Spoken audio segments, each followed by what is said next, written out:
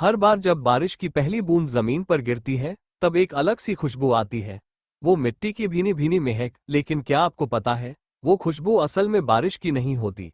वो आती है मिट्टी में छुपे एक बैक्टीरिया से, जिसे कहते हैं जियोस्मिन। सूखी जमीन पर जैसे ही बारिश गिरती है, ये जियोस्मिन हवा में घुल जाता है, और तभी वो जानी पहचानी, सुकून देने वाली खुशबू महसूस होती है। कितना अजीब है ना, जो खुशबू हमें बचपन की याद दिलाती है, वो असल में एक साइंटिफिक रिएक्शन का नतीजा है। ऐसे ही अमेजिंग फैक्ट्स जानने के लिए चैनल को सब्सक्राइब करें।